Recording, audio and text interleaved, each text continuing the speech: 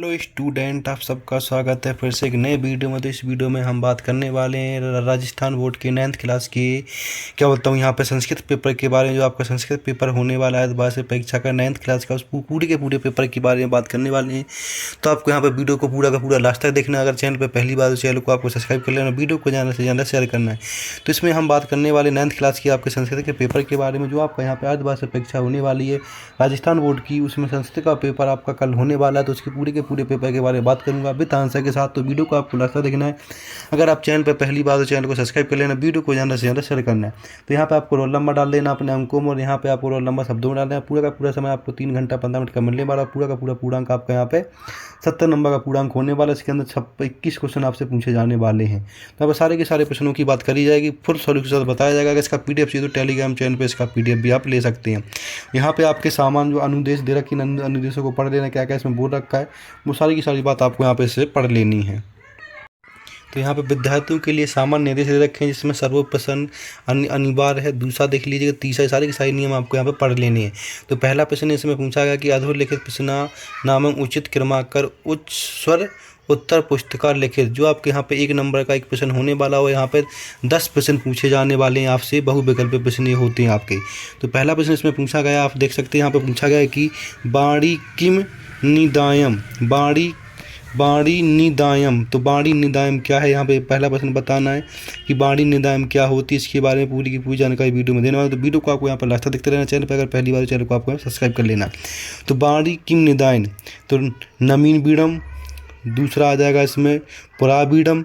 तीसरा आ जाएगा इसमें कठोरम बीड़म।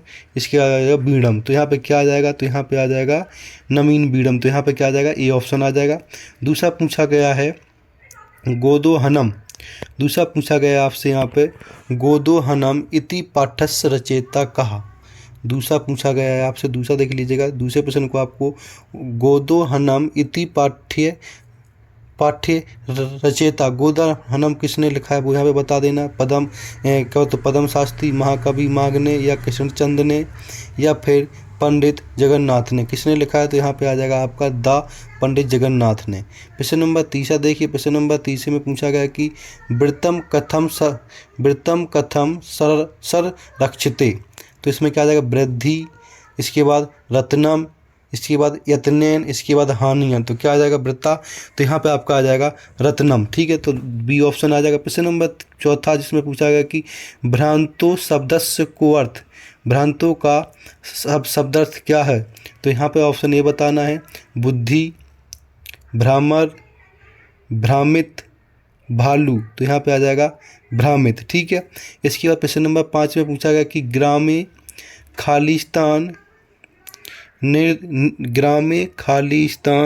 निर्धनता वृद्धा स्त्री नियमित रिक्त स्थान पूर्ता, रिक्त स्थान भरना यहाँ पे। तो ग्रामे यहाँ पे एका या एकस्य या एकम। तो यहाँ पे आ जाएगा आपका पहला ऑप्शन एकहा। ठीक है, प्रश्न नंबर 6 में पूछा गया है कि पट धातो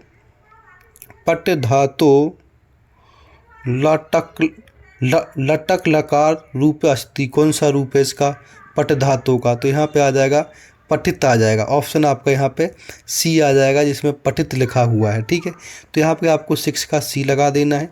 प्रश्न नंबर हम यहाँ पे बात करने वाले 8 की, जिसमें पूछा गया है आपसे शिवस्ते संतु पंथान उचितार्थ चित्रम लिखित। इसका आपको उचित अर्थ बताना, क्या इसका अर्थ हो जाएगा। तो पहला आ जाएगा यहाँ पे पथ का, दूसरा आ जाएगा मर्गह, तीसरा आ जाएगा मित्राणी, दूसरा आ जाएगा दुर्हो।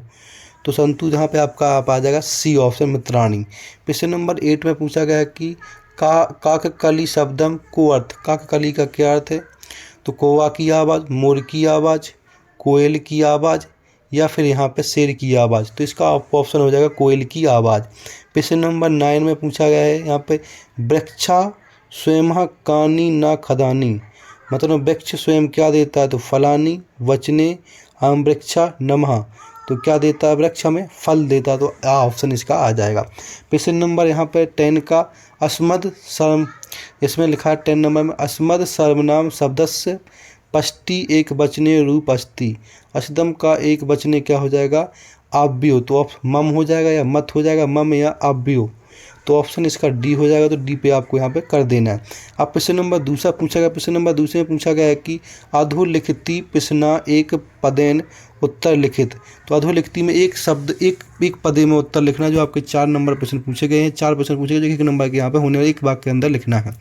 तो देख सकते हैं यहाँ पे पहला प्रश्न क्या पूछा गया, उसकी यहाँ पे बात कर लेते हैं हम। तो पहला प्रश्न इसमें पूछा गया है जिसके अंदर हम एक वाक्य में सारे के सारे प्रश्नों के यहाँ पे उत्तर देना, जो आपके यहाँ पे 4 नंबर के 4 प्रश्न होने वाले।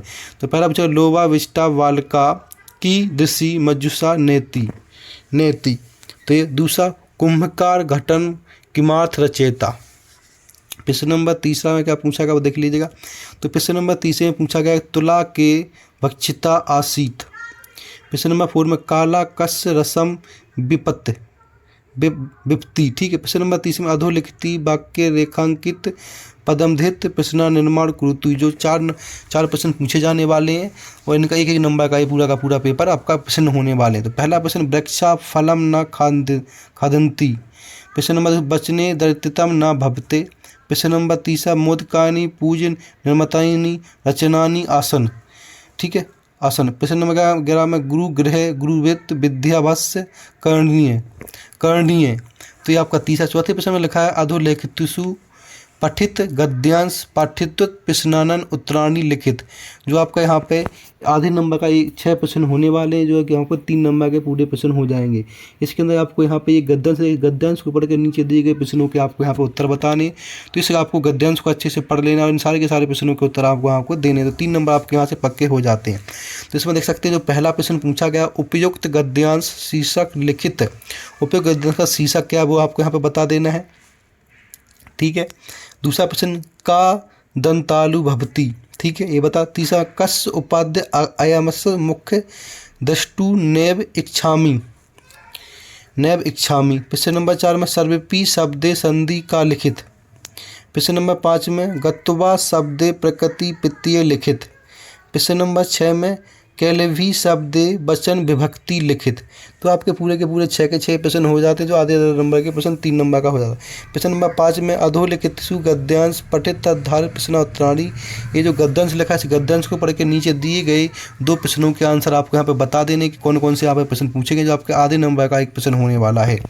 देख लीजिएगा वहाँ पे पहला प्रश्न क्या पहले प्रश्न पूछा गया कि एक पदेन उत्तरम, एक पद में उत्तर देने आपको सारे के सारे प्रश्न का पूछा गया है। पहला प्रश्न कि नव स्वयं सेम किम न दंती, ठीक है। इसके बाद वृक्षा कानी न खंती। दूसरे में क्या पूछा गया, देखिए दूसरे में पूर्ण वाक्य उत्तर देना, पूरे वाक्य का उत्तर देना है। जिसमें पहला प्रश्न पूछा गया कि कैसम विद्युतीय परोपकारम भवंती, ठीक है। प्रश्न नंबर 30 में भावस्की कार्यक्रम क्या है। का में परोपकार्य इत्यत का विभक्ति है इसकी। खा में विबंती इत्यतम लक्ष्य किम नाम, यहाँ पर नाम।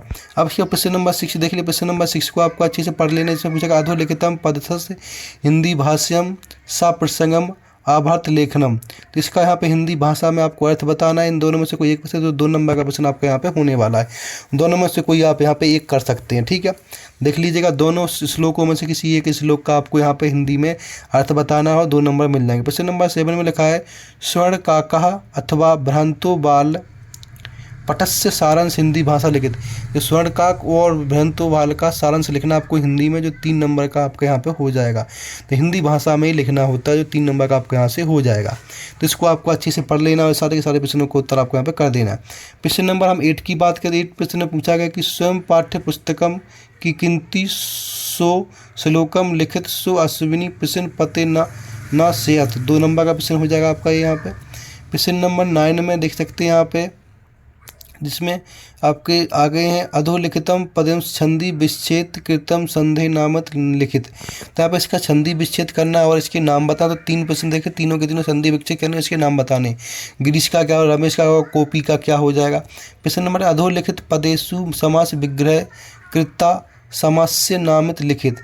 तो इसमें हमें समास विग्रह करना है और समास का नाम बताएं। इसमें लिखा है कि यहाँ पहला क्या होता हूँ किसण आश्रित और दूसरा लिखा हुआ यहाँ पर त्रिभुवनम।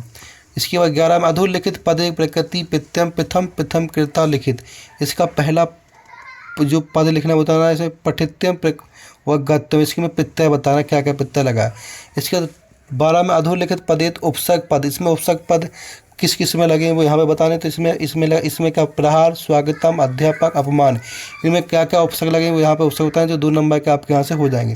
प्रश्न नंबर 13 में कोष्टम पदे शब्देतु विभंति ज्योतिषुम निम्नलिखित रिक्त स्थान पूर्ति। तो यहाँ पे कोष्टक में जो शब्द लिखे हैं इनको खाली स्थान को आपको भर देना है। तो यहाँ पे विभक्ति बतानी, इनकी क्या क्या विभक्ति होती है। तो देखते हैं तो दूसरा तो अच्छा, इस तरह से सारे प्रश्न आपको पूरे के पूरे यहाँ पे कर लेने हैं। प्रश्न नंबर 14 में भी आपको से क्या करना है वो देख लीजिएगा, ठीक है। इसमें शिव शक्ति या इसमें शिव चतुर्थ, इसमें मोहन या तृतीय भर सकते हैं। जैसे तीसरे में पाठ या द्वितीय, चौथे मोहन भ्रंतास्ती, राम या पष्टी भर सकते हैं। तो इस तरह से आपको ये 13 प्रश्न कर लेना। प्रश्न नंबर 14 देख लीजिएगा, जिसमें कोष्टक में दे रखे हैं, इसमें हमें पुरुष वचनम के पाठ से भरना है, पुरुष वचनम भरना है, इसमें पुरुष वाला वचनम भरना है। तो देख सकते हैं पहला वाले में क्या आ जाएगा, आप वो देख लीजिएगा। यहाँ पे 2 नंबर का प्रश्न पूरा का पूरा हो जाएगा, पहला, दूसरा, तीसरा, चौथा। सारे के सारे प्रश्न आपके लिए बहुत ही इंपॉर्टेंट होने वाले हैं। तो देख सकते हैं पूरा का पूरा 14 नंबर प्रश्न आपका हो चुका है। इसके प्रश्न नंबर 15 देखें, इसके अंदर पूछा गया है कि कारांत पुल्लिंग बालक शब्द रूप लिखें। तो बालक का पुल्लिंग कारांत रूप लिखना आपको, जो 2 नंबर का। इसके बाद अधोलिखित वाक्यांश कथा क्रम संयोजित कृति, जो वाक्यांश लिखा है उसको आपको पूरा का पूरा क्रम में लिखना है। तो देख सकते हैं आप यहाँ पे तीसरा वाला पहले आ जाएगा, दूसरा वाला आपका 5वां आपका दूसरे पे आ जाएगा।